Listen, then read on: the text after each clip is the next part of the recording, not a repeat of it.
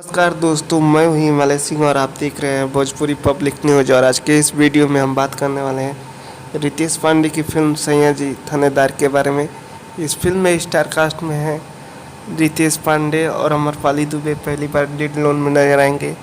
और इस फिल्म की कहानी की बात करें तो ये फिल्म बहुत ही शानदार है और इस फिल्म को डायरेक्टर हैं सुजीत कुमार सिंह। और इस फिल्म की शूटिंग बहुत पहले ही 1 साल पहले ही फिल्म की शूटिंग पूरी कर ली गई थी, लेकिन किसी कारणवश इस फिल्म को रिलीज़ नहीं किया गया था सिनेमा हॉल में।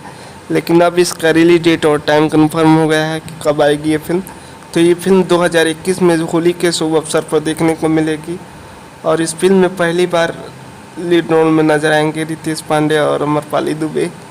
और ये फिल्म एक बहुत ही शानदार फिल्म है और ये फिल्म आप लोगों को 2021 में होली के शुभ अवसर पर देखने को मिलेगी। और इस फिल्म का ट्रेलर आप लोगों को मार्च के फर्स्ट हफ्ते तक देखने को मिल जाएगा। तो आप लोगों को सैया जी थानेदार का न्यूज़ कैसा लगा, फिल्म का न्यूज़ कैसा लगा, कमेंट करके बताएं। और हमारे चैनल पे नए हैं तो चैनल को सब्सक्राइब करके घंटी का